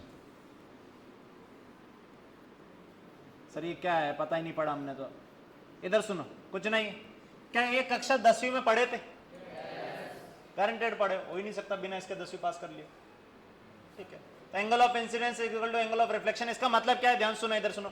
मान लो ये एक कर्व्ड सरफेस है, इस कर्व्ड सरफेस पे लाइट रे आके गिरी। ठीक है, लाइट रे आके गिरी, मैंने क्या करा, इधर सुनो, यहां कर्व्ड सरफेस पे जहां लाइट रे आके गिरी वहां पे नॉर्मल ड्रॉ करो। नॉर्मल मतलब सतह के परपेंडिकुलर, सतह के परपेंडिकुलर ये ड्रॉप कर दिया, ये है नॉर्मल। नॉर्मल मतलब सतह के परपेंडिकुलर जहां लाइट आके गिरी वहां पे। ठीक है, तो लाइट, ये वाली लाइट जो है ये इंसिडेंट लाइट है, मतलब जो आके गिर रही है, आपतित किरण, इंसिडेंट रे, इंसिडेंट रे, आपतित किरण, रे मतलब किरण। ठीक है, तो ये आपतित किरण, इंसिडेंट रे आके गिरी, जहां आके गिरी वहां पे मैंने नॉर्मल बना दिया, नॉर्मल, अभिलंब या लंब। ठीक है, और इसके बाद लाइट रे वापस इसी मीडियम में चलेगी, तो ये फिनोमिना कौन सा हो रहा है पहले तो ये बताओ, रिफ्लेक्शन के रिफ्रैक्शन? रिफ्लेक्शन किससे, प्लेन सतह से कि कर्व्ड सतह से? कर्व्ड सतह से रिफ्लेक्शन हो रहा है। नॉर्मल के साथ जो इंसिडेंट ले एंगल बनाती है उसको बोलते हैं एंगल ऑफ इंसिडेंस। नॉर्मल के साथ जो इंसिडेंट लाइट एंगल बनाती है उसको क्या बोलते हैं, एंगल ऑफ इंसिडेंस। तो ये एंगल ऑफ इंसिडेंस मतलब आई। नॉर्मल के साथ जो रिफ्लेक्टेड लाइट एंगल बनाती है उसको बोलते हैं एंगल ऑफ रिफ्लेक्शन, उसको लिख देंगे आर। उसको क्या लिख देंगे, आर, ये एंगल ऑफ रिफ्लेक्शन। तो पहला लॉ रिफ्लेक्शन का ये बोलता है कि किसी भी सरफेस से रिफ्लेक्शन हो रहा हो, आई किसके बराबर होगा, आर के। आई और आर बराबर होंगे, मतलब नॉर्मल से आने वाली रे और जाने वाली रे बराबर एंगल बनाएगी। नॉर्मल से आने वाली रे और जाने वाली रे हमेशा क्या बनाएगी, बराबर एंगल। क्या ये लॉ सिर्फ प्लेन रिफ्लेक्शन के लिए वैलिड है? मैंने डायग्राम ही कर्व्ड वाला बनाया हूं, तो प्लेन और कर्व्ड दोनों के लिए वैलिड है। क्या ये पहला पॉइंट समझ में आया? एंगल ऑफ इंसिडेंस और एंगल ऑफ रिफ्लेक्शन कहां से मापे जाएंगे, नॉर्मल से। कहां से मापे जाएंगे, नॉर्मल से। नॉर्मल से आने वाली रे, नॉर्मल से जाने वाली रे, जो एंगल बना रही है वो दोनों एंगल बराबर होंगे।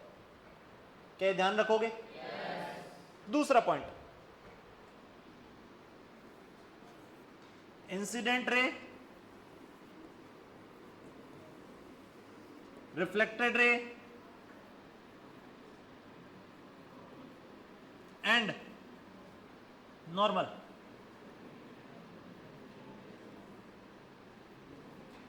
all three lies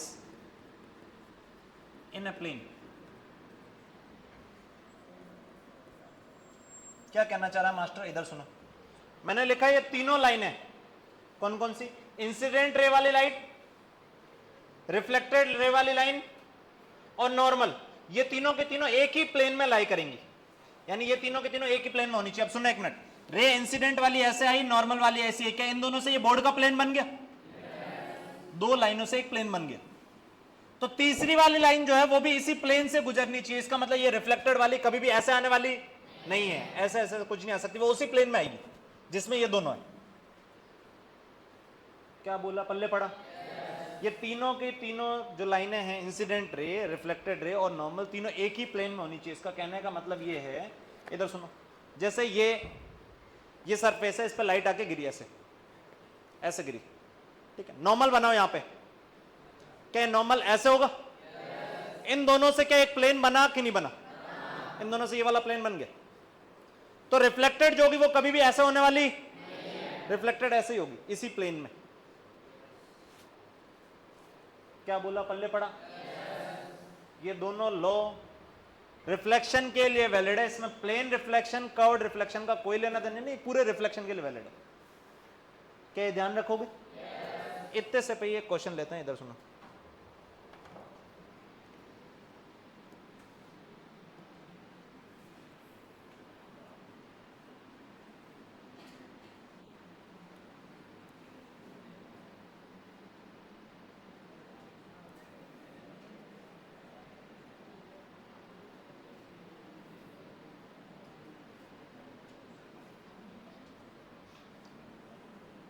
किसी को ऐसा लगता हो कि मेरे को आता है चैप्टर तो उस गलतफहमी में मत रहना, ठीक है। और टफ नहीं लगेगा अगर शुरुआत के 4-5 लेक्चर ढंग से पढ़ लिए तो, ठीक है। ये ऐसा वेज है, ठीक है, ये एंगल थीटा है।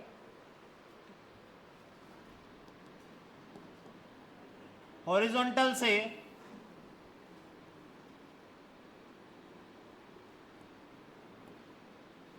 हॉरिजॉन्टल से 10 डिग्री बनाते हुए, हॉरिजॉन्टल से 10 डिग्री बनाते हुए ये एक रे आके इस पे गिर रही है।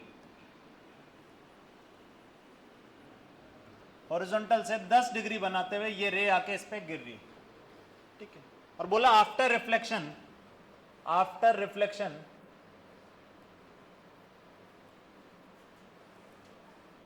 रे बिकम्स वर्टिकल, रे बिकम्स वर्टिकल, फाइंड थीटा। करें क्वेश्चन, इतना ही जो पढ़ा है उसी पे क्वेश्चन।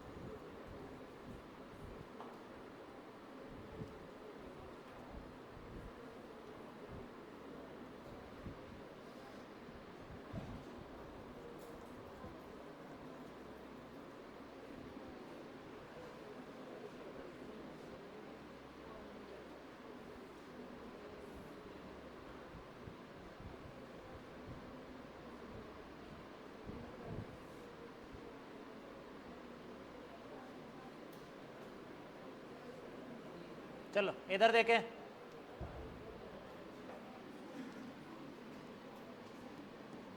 यहां इस रे का होगा क्या, पहले इधर सुनो, रे ऐसे आई तो ये किधर जानी चाहिए, तो उसने लिख दिया क्वेश्चन में कि ये रे ऐसे आई और रिफ्लेक्शन के बाद कैसे हो गई, वर्टिकल। वर्टिकल होने का मतलब रे जो है वो ऐसे निकल गई, ठीक है, रे ऐसे निकल गई। अच्छा, अभी अपन ने पिछले में देखा है जस्ट कि एंगल आई एंगल आर बराबर होने चाहिए, और आई और आर कहां से मापे जाते हैं, बोलो भाई, नॉर्मल से। तो यहां नॉर्मल ड्रॉ करो, नॉर्मल ड्रॉ करो, नॉर्मल मतलब सतह के नॉर्मल, सतह के नॉर्मल ड्रॉ करोगे, क्या ये होएगा, होएगा कि नहीं होएगा। ये पूरा चैप्टर डायग्राम का ही है, ठीक है, ढंग से डायग्राम बनाना आएगा, ये रे किधर जा रही है किधर नहीं जा रही है, चैप्टर बहुत इजी बन जाएगा। इधर सुनो, ये नॉर्मल बनाया, ये नॉर्मल ये बना, अब नॉर्मल से रिफ्लेक्टेड रे जो एंगल बना रही है ये एंगल आर है, और ये एंगल कितना है, बोलो भाई, आई। जो इंसिडेंट रे एंगल बनाएगी नॉर्मल से वो आई होगा, और जो रिफ्लेक्टेड रे बनाएगी क्या वो आर होगा। ये दोनों एंगल क्या होने चाहिए, ये दोनों एंगल क्या होने चाहिए, तो आई और आर बराबर होने चाहिए। तो यहां लिख सकता हूं कि आई प्लस आर है कितना, आई प्लस आर है कितना, देखो ये एंगल कितना, बोलो ये कितना है, तो आई प्लस आर कितना हो गया, सो आई और आर दोनों बराबर है, इसका मतलब एंगल आई भी जो है वो 50 बन गया और आर भी कितना बन गया, ये समझ में आया। और आर 50 बन गया तो ध्यान सुनना, ये एंगल निकालना है, ये एंगल निकालना है, ध्यान सुनना, थीटा निकालना था। ये लाइन और ये लाइन के बीच में एंगल 50 है, इस लाइन के परपेंडिकुलर ये री है कि नहीं है, इस लाइन के परपेंडिकुलर ये री, तो दो लाइनों के बीच में, इनके बीच में अगर एंगल 50 है तो इसकी परपेंडिकुलर ये रही, इसकी परपेंडिकुलर ये रही, क्या इनके बीच में भी एंगल 50 ही होगा, तो थीटा की वैल्यू 50 आ गई। दो लाइन के बीच में जो एंगल होता है वही उन दोनों की परपेंडिकुलर के बीच में होता है। क्या ये क्वेश्चन समझ में आया, ठीक है, इतना सा क्वेश्चन है, समझ में आना चाहिए। अगला क्वेश्चन,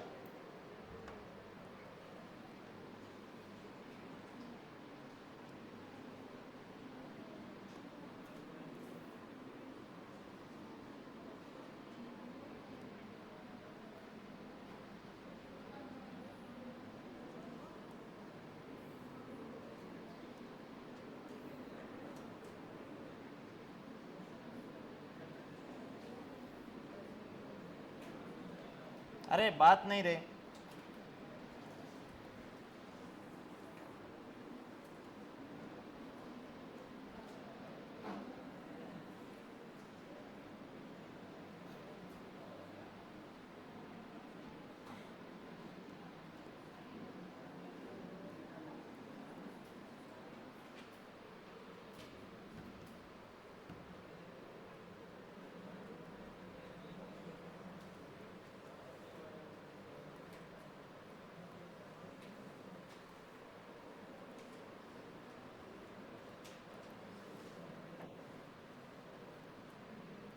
करें,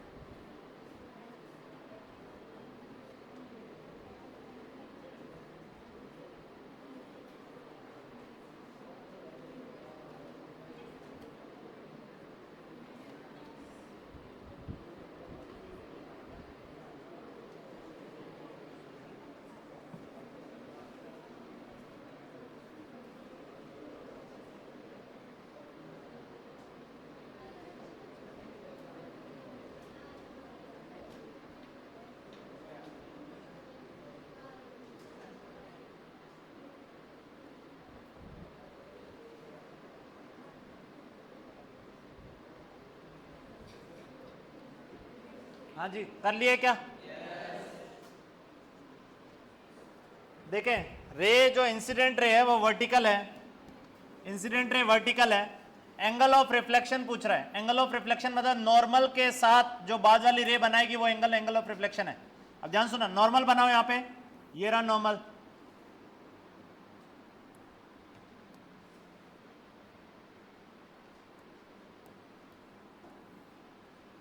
ये रहा नॉर्मल। ये एंगल कितना होगा? बोलो भाई, क्योंकि इसके परपेंडिकुलर ये रहा, इसके परपेंडिकुलर ये रहा, इन दोनों के बीच में एंगल 30 है, तो इन दोनों के बीच में भी 30 होगा। और अगर ये 30 हुआ तो एंगल ऑफ रिफ्लेक्शन हमें दिख रहा है डायरेक्टली।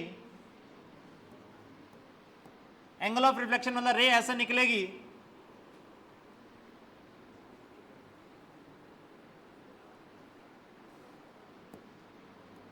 ये एंगल आर हो गया, तो आई और आर दोनों क्या होने चाहिए? बराबर। और आई और आर बराबर होने, इसका मतलब आर की वैल्यू जो है वो 30 डिग्री आ गई। क्या ये क्वेश्चन समझ में आया? क्या ये क्वेश्चन समझ में आया? चलो आगे चलते हैं।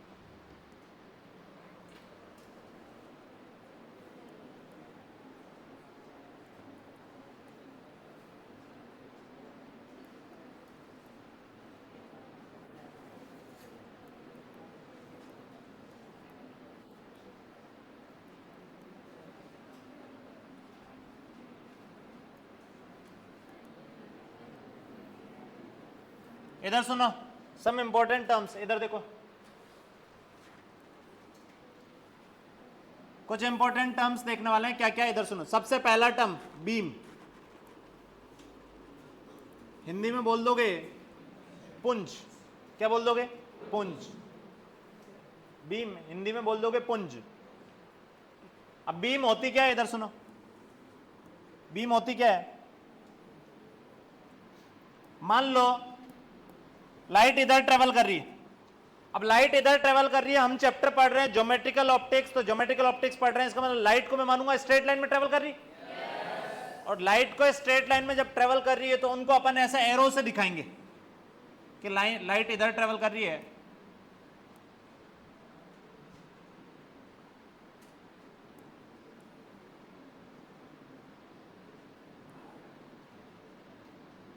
तो ये मैंने कुछ एरो बनाए। इस एरो को, एक एरो को बोल दोगे रे, किरण। एक एरो को क्या बोल दोगे? रे। यहां पे एक एरो है कि रेस का कुछ गुच्छा है, किरण का गुच्छा है। तो ये जो किरण का गुच्छा है इसको बोल दोगे बीम। तो बीम का मतलब रेस का गुच्छा, बीम का मतलब, बीम मतलब किरण का गुच्छा। कैसे लिखो? किरण का गुच्छा। ठीक है, खूब सारी किरण, उसको अपन बोल देंगे बीम। क्या बोल देंगे? बीम। अब बीम को तीन प्रकार से डिवाइड कर सकते हैं। एक कन्वर्जेंट बीम,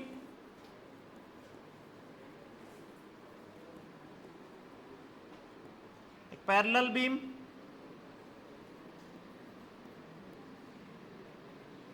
और एक डाइवर्जेंट बीम।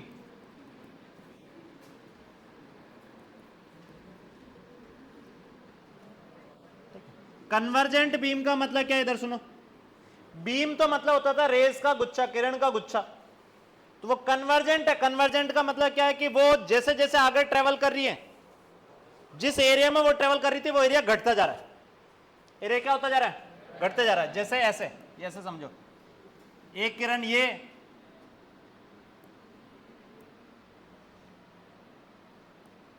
किरण नाम से तुम्हें ज्यादा समझ में आ रहा होगा, पता है मेरे को, मक्कार तो तुम हो ही।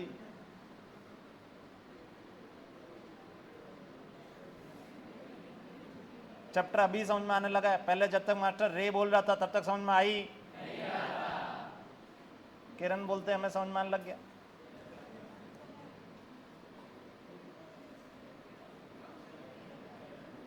तो ये इधर सुनो, यहां पे मैंने ये रेज बनाई, ये रेज के एरो से पता पड़ रहा है कि लाइट इधर ट्रेवल कर रही है। ठीक है, लाइट इधर ट्रेवल कर रही है, पर ये पहले इतने एरिया क्रॉस किया, पहले इतना एरिया क्रॉस किया,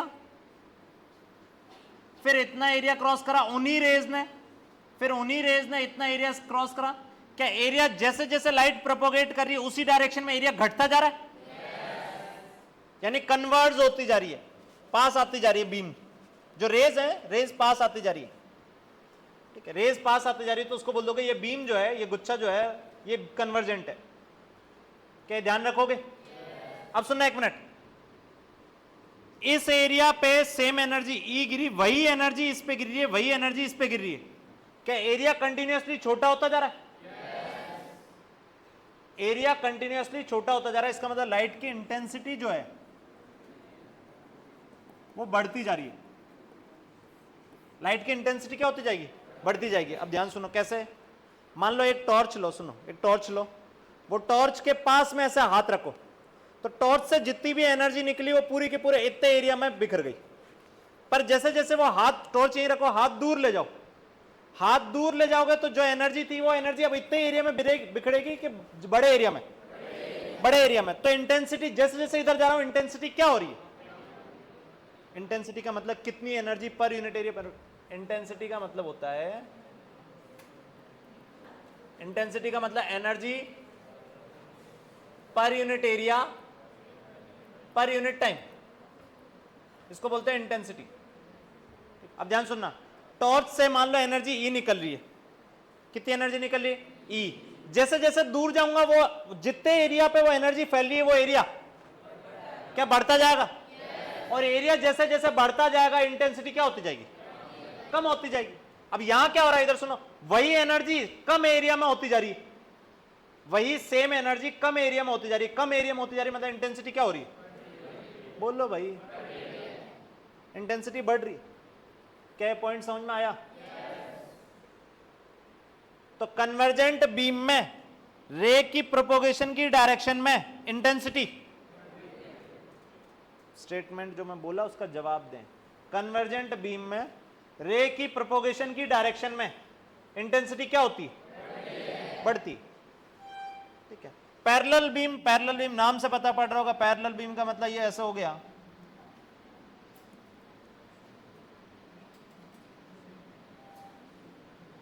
कि खूब सारे किरण जो है वो एक दूसरे के समांतर हैं, पैरेलल हैं। अब यहां बताओ, इधर सुनो, ये पैरेलल बीम नाम से तो पता पड़ रहा है कि पैरेलल है, ना कन्वर्ज हो रही है ना डाइवर्ज हो रही है।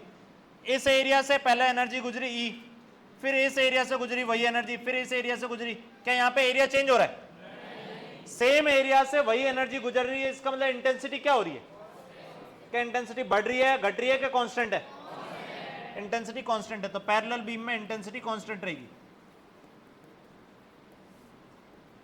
डाइवर्जेंट बीम, डाइवर्जेंट बीम जल्दी बताओ, डाइवर्जेंट बीम मतलब रे की प्रोपोगेशन की डायरेक्शन में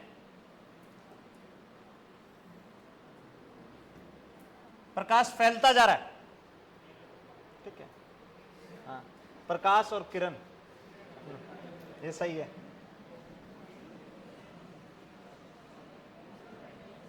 इधर सुने, अरे अब यहां क्या हो रहा है देखो, रे लाइट ऐसे ट्रेवल कर रही है, तो लाइट की प्रोपोगेशन की डायरेक्शन में एरिया क्या होता जा रहा है? बढ़ रहा है। मतलब सेम एनर्जी क्या बड़े एरिया में फैल रही है? तो सेम एनर्जी बड़े एरिया में फैलती जाएगी तो इंटेंसिटी क्या होगी? इंटेंसिटी क्या होगी? इंटेंसिटी कम होगी, तो यहां इंटेंसिटी डिक्रीज होगी।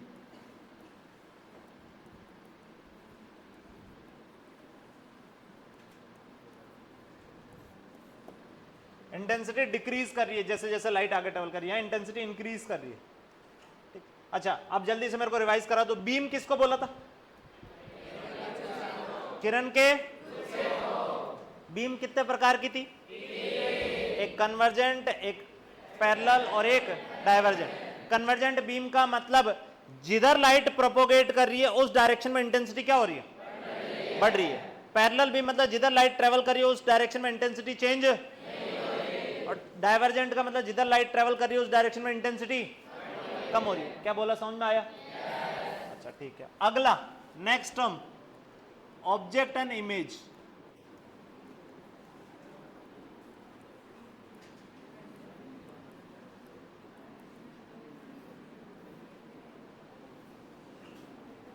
Next term object and image, इधर सुनो।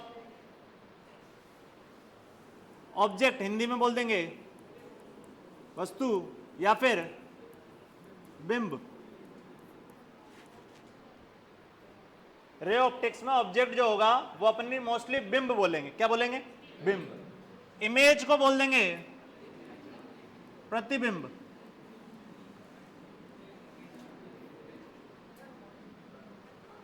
प्रतिबिंब। इधर सुना, ऑब्जेक्ट को क्या बोलोगे? बोलो बिंब। और इमेज को? अब पूरे ऑप्टिक्स का सबसे इंपॉर्टेंट फंडा में से एक फंडा है ये कि ऑब्जेक्ट और इमेज होते क्या है। इधर सुनो, अपन ने देखा कि पूरे चैप्टर में अपन घटनाएं कितनी पढ़ेंगे? दो, एक रिफ्लेक्शन और एक रिफ्रैक्शन। या तो लाइट आएगी मीडियम बाउंड्री से टकराई वापस उसी में आ गई तो वो रिफ्लेक्शन हो गया, और लाइट आई दूसरे मीडियम में चली गई तो वो रिफ्रैक्शन हो गया। तो ये दो तरह की घटनाएं पड़ेंगी। तो जब घटना होने से पहले की रे है, जो घटना हो रही है उससे पहले की जो किरण होगी उनको बोलोगे इंसिडेंट रे। उनको क्या बोलोगे? Incident ray. देखो घटना दो तरह की होगी। ये बाउंड्री, बाउंड्री पे घटना कितनी कितनी हो सकती? एक रिफ्लेक्शन और एक रिफ्रैक्शन। तो रे मान लो इधर से आ रही है तो घटना के पहले की रेस,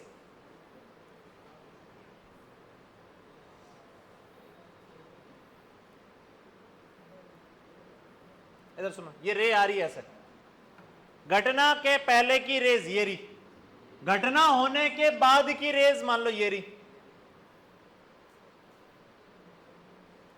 तो पहले तो बताओ घटना कौन सी हुई? रिफ्लेक्शन के रिफ्रैक्शन? जवाब दो।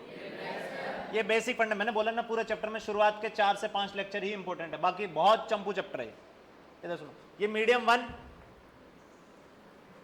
ये मीडियम 2। यहां पे घटना, ये बाउंड्री है, बाउंड्री पे घटना होगी। कौन सी घटना हुई है? रिफ्रैक्शन के रिफ्लेक्शन?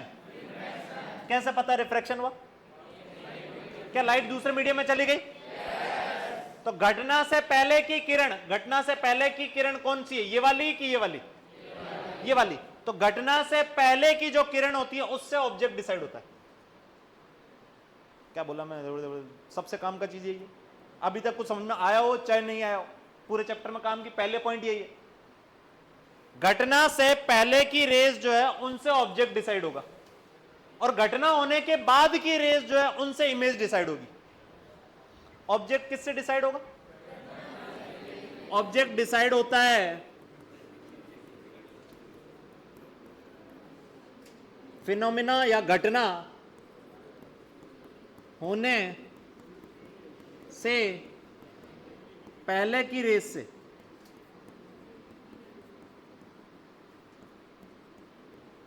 और इमेज किससे डिसाइड होती है? इमेज डिसाइड होती है घटना होने के बाद की रेस से, बाद की किरण से। अब सुनो, ये रेस कैसी है? घटना से पहले की, घटना के बाद की? घटना से। ये रेस कैसी है? घटना से पहले की, घटना के बाद की? बाद की। घटना के पहले वाली जो रेज है उनसे ऑब्जेक्ट डिसाइड होता है। और ऑब्जेक्ट कहां है ये कैसे पता लगाओगे? इधर सुनो, ऑब्जेक्ट कहां है ये कैसे पता लगाओगे? तो घटना से पहले की रेज जहां पे भी इंटरसेक्ट कर रही है, जहां पे मिल रही है, वो ऑब्जेक्ट है। तो बताओ घटना से पहले की रेज कहां मिल रही है? जहां इंटरसेक्ट कर रही है, जहां पे भी इंटरसेक्ट कर रही है वो ऑब्जेक्ट है। क्या ये यहां पे इंटरसेक्ट कर रही है? ये ऑब्जेक्ट है। इमेज किससे डिसाइड होता है? घटना के बाद की रेज। तो घटना के बाद की रेज जहां पे भी मिल रही है वो इमेज है। अरे क्लियर है? घटना के बाद की रेज ये रही, ये जहां पे भी मिल रही होगी वो इमेज होगी। ये रही इमेज। क्या ये पॉइंट समझ में आया? ऑब्जेक्ट किससे डिसाइड होता है? घटना से पहले वाली रेज से, और इमेज घटना के बाद वाली रेज। घटना के पहले वाली रेज जहां पे भी मिल रही है क्या वो ऑब्जेक्ट होगा, और घटना के बाद वाली रेज जहां पे मिल रही होंगी वो क्या होगा, इमेज। अब ध्यान सुनना, मान लो ये बाउंड्री है, ठीक है, इधर मीडियम 1 है, इधर मीडियम 2, ठीक।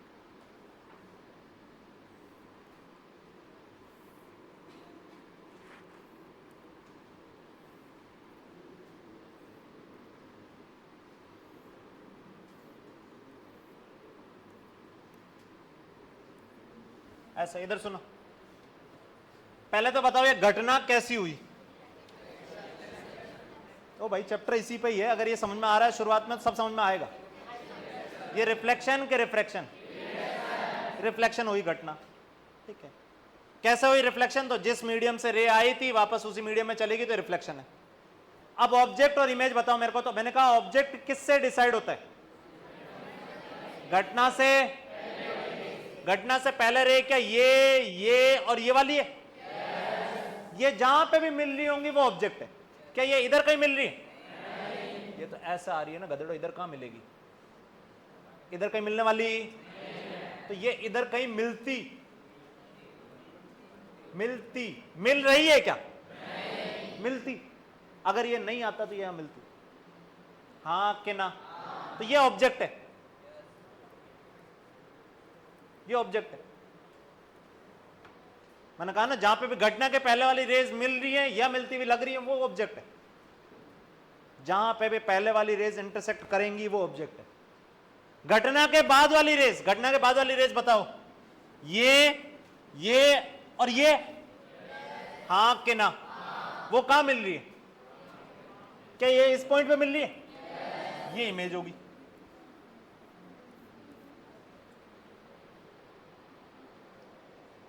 क्या समझ में आया, क्या समझ में आया। अच्छा और देखते हैं,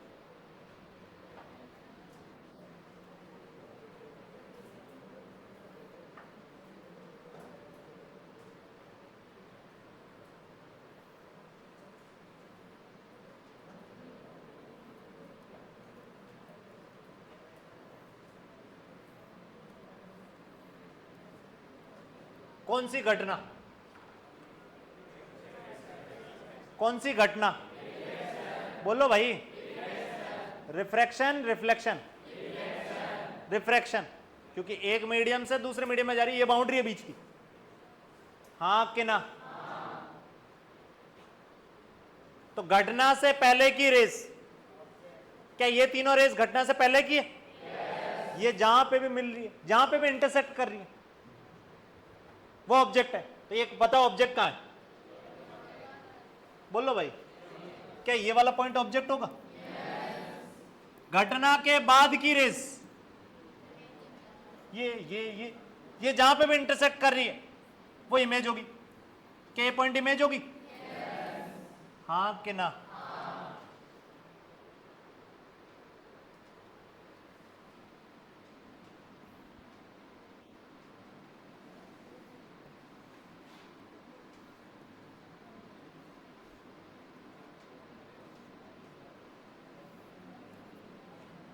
कौन सी घटना, कौन सी घटना, रिफ्लेक्शन, ठीक है, रिफ्लेक्शन। घटना से पहले की रेज, ये जहां पे भी इंटरसेक्ट कर रही है, कहां इंटरसेक्ट कर रही है, क्या इस पॉइंट पे इंटरसेक्ट कर रही है, ये पॉइंट क्या होगा, ये पॉइंट क्या होगा। घटना के बाद की रेस, घटना से बाद की रेस, बोलो भाई, क्या ये है, ये इंटरसेक्ट, क्या इधर इंटरसेक्ट करेगी, तो इनको इंटरसेक्ट कहां करेगी, तो इनको पीछे एक्सटेंड कर दो, ऐसे ऐसे ऐसे ऐसे ऐसे, ऐसे। या ये पॉइंट क्या हुआ, बोलो भाई, ये पॉइंट इमेज हुई। ये पूरे ऑप्टिक्स के लिए है, रिफ्लेक्शन रिफ्रैक्शन किससे कोई लेना देना नहीं, दोनों घटनाएं दिखा दिया ना, ठीक है। पूरे ऑप्टिक्स के लिए ऑब्जेक्ट और इमेज ऐसे ही डिसाइड होगी। ऑब्जेक्ट मतलब घटना से पहले वाली रेज जहां मिल रही है वो ऑब्जेक्ट है, घटना के बाद वाली रेज जहां मिल रही है वो इमेज है। क्या बोला, पल्ले पड़ा। अब ऑब्जेक्ट और इमेज जो होते हैं वो दो प्रकार के होते हैं, ऑब्जेक्ट दो प्रकार का होता है और इमेज भी दो प्रकार की होती है। ऑब्जेक्ट दो प्रकार के कैसे कैसे होते हैं, एक होता है रियल, एक होता है वर्चुअल। इमेज भी दो प्रकार की होती है, एक होती है रियल, एक होती है वर्चुअल। देखो इधर सुनो, ऑब्जेक्ट और इमेज कैसे डिसाइड होते हैं ये देख लिए।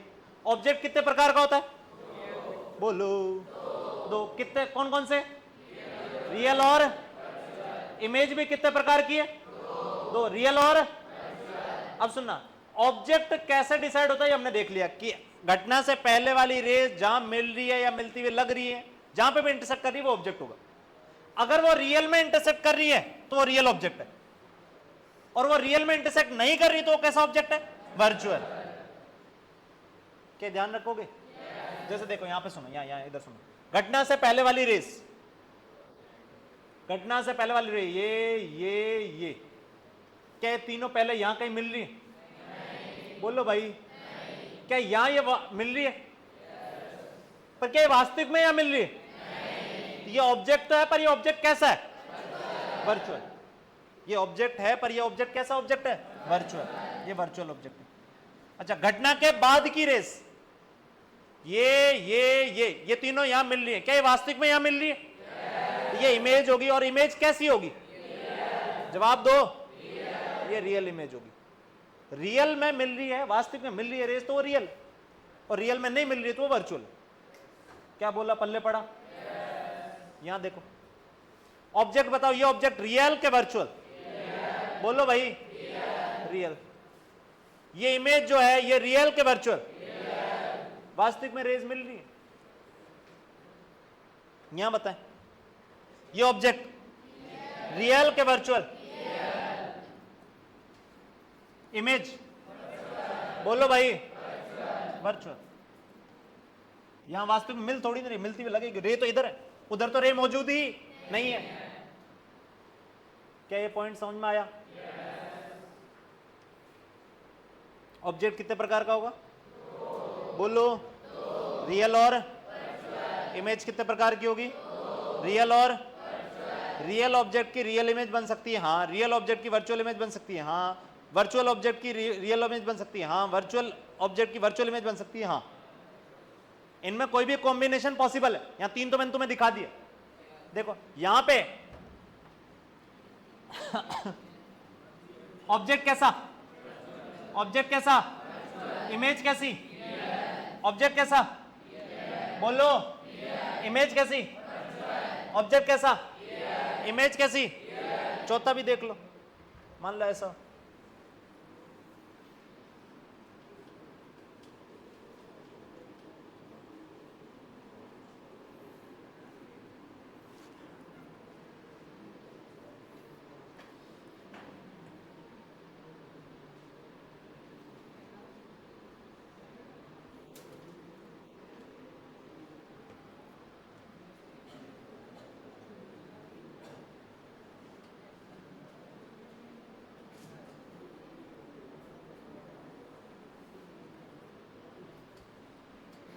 हाँ जी, इधर देखो, घटना से पहले की रेस, घटना से पहले की रेस, ये और ये, क्या ये ऑब्जेक्ट डिसाइड करेंगी? क्या इधर कहीं मिलेंगी? इधर कहीं मिलने वाली? तो ऑब्जेक्ट कहां होगा, यहां कहीं।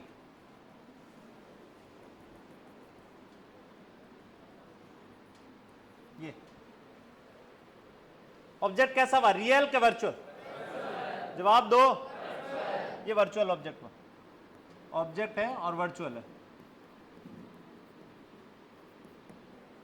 अगला इधर सुनो, घटना के बाद की रेस, ये और ये, क्या ये तीनों इधर कहीं मिलेगी? इधर कहीं मिलने वाली? तो ये पीछे कहीं एक्सटेंड करोगे इनको ऐसे, यहां पे ये इमेज है, कैसी इमेज है, रियल के वर्चुअल। चारों केस तो मैं दिखा दिए सामने, ठीक है। ऑब्जेक्ट चाहे रियल वर्चुअल कैसा हो, इमेज रियल वर्चुअल कैसी बन सकती? क्या बोला, पल्ले पड़ा? क्या ऑब्जेक्ट और इमेज आगे से पहचान जाओगे? आगे से जब भी ऑब्जेक्ट इमेज पहचान, चैप्टर में सबसे बड़ा पॉइंट ही है, ऑब्जेक्ट इमेज ही नहीं समझ में आते। ठीक है, अब जैसे ध्यान सुनना, इधर देखें,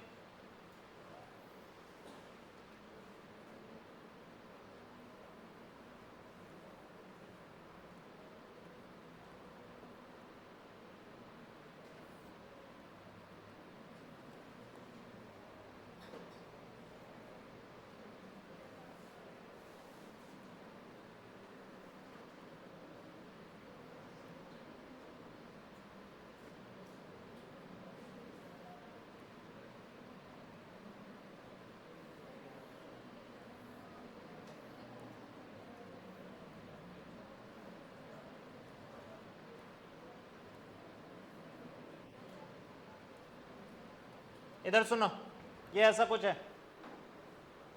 पहले तो बताओ यहां पे कितनी घटनाएं हो रही है। अभी तक जो मैंने दिखा रखा उसमें कितनी घटनाएं दिखाई हुई है? बोलो भाई। 2 के 1 के 3? बोलो 2। देखो पहले वाले से क्या हुई, कौन सी घटना हुई? रिफ्लेक्शन के रिफ्रैक्शन। पहले वाली सतह से रिफ्रैक्शन हुआ क्योंकि उधर से इधर आ गई। दूसरे वाली सतह से क्या हुआ? रिफ्लेक्शन के रिफ्रैक्शन। रिफ्लेक्शन जिस मीडियम में आई उसी मीडियम वापस चलेगी, हाँ कि ना? तो यहां रिफ्लेक्शन हो रहा है और यहां रिफ्रैक्शन हो रहा है। अब पहले फिनोमेना, पहली घटना के लिए बताओ ऑब्जेक्ट, ऑब्जेक्ट रियल के वर्चुअल? जवाब दो। पहली घटना के लिए क्या ऑब्जेक्ट इधर होगा क्या? नहीं। पहली घटना के लिए ऑब्जेक्ट सर इधर होगा, यहां कहीं, यहां पे, जहां आपतित किरणें, जो पहले घटना से पहले की रेस कहां मिल रही है? यहां पे। क्या बोला, पल्ले पड़ा? तो ये ऑब्जेक्ट है। पहली घटना के लिए ऑब्जेक्ट ये ऑब्जेक्ट कैसा है? रियल के वर्चुअल? बोलो भाई, वर्चुअल। ये वर्चुअल ऑब्जेक्ट है। O1 लिख देता इसको, O1 ऑब्जेक्ट 1 वर्चुअल।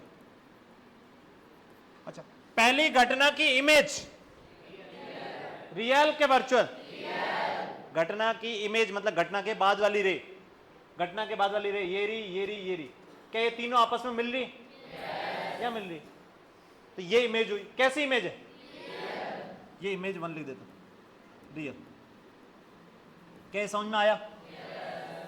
अब दूसरी घटना के लिए इंसिडेंट रे, आने वाली घटना से पहले की रे कौन सी है? ये वाली। ये कहां मिल रही है? क्या I1 पे मिल रही है? यानी दूसरी घटना के लिए ये ऑब्जेक्ट है। दूसरी घटना के लिए ये क्या है? ऑब्जेक्ट। जो पहले वाले की इमेज है वही दूसरी घटना के लिए क्या है? ऑब्जेक्ट। क्या बोला, समझ में आया? और दूसरी घटना के लिए जो ऑब्जेक्ट है वो ऑब्जेक्ट रियल है कि वर्चुअल है? रियल। समझ में आ रहा? और दूसरी घटना के बाद वाली रे मतलब ये और ये तीनों क्या इधर कहीं मिलेगी क्या? नहीं। तो दूसरी घटना के लिए जो इमेज होगी वो इमेज गारंटेड क्या यहां कहीं होगी? ये I2 लिख देता हूं, और ये I2 बताओ रियल होगी कि वर्चुअल? वर्चुअल। क्या समझ में आया? तो अगर ये पॉइंट समझ में आ रहा है तो आधे से ज्यादा चैप्टर तुम्हारे लिए इजी बन चुका है कि ऑब्जेक्ट कहां, इमेज कहां, कौन सा ऑब्जेक्ट कौन सा इमेज, क्या क्या नहीं हो रहा, क्या नहीं हो रहा।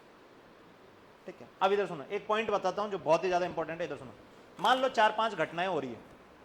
कितनी घटनाएं हो रही है? 4-5। पहली घटना की जो इमेज होगी वो दूसरी के लिए क्या होगी? ऑब्जेक्ट। दूसरी घटना की जो इमेज होगी वो तीसरी के लिए क्या होगी? ऑब्जेक्ट। और ये हमेशा चलेगा, ये हमेशा चलेगा। अगर मान लो घटना ऐसे होती जा रही है, reflection refraction refraction refraction reflection, तो पहले वाले की जो इमेज बनेगी वो हमेशा दूसरे के लिए ऑब्जेक्ट होगी। क्या बोला, पल्ले पड़ा? हाँ कि ना? दूसरे वाले के लिए जो ऑब्जेक्ट होगा वो पहले की इमेज होगी, दूसरे वाले की जो इमेज होगी वो तीसरे के लिए ऑब्जेक्ट होगी। अरे अगले वाले के लिए ऑब्जेक्ट होगा पिछले वाले की इमेज। क्या बोला, पल्ले पड़ा? हाँ कि ना?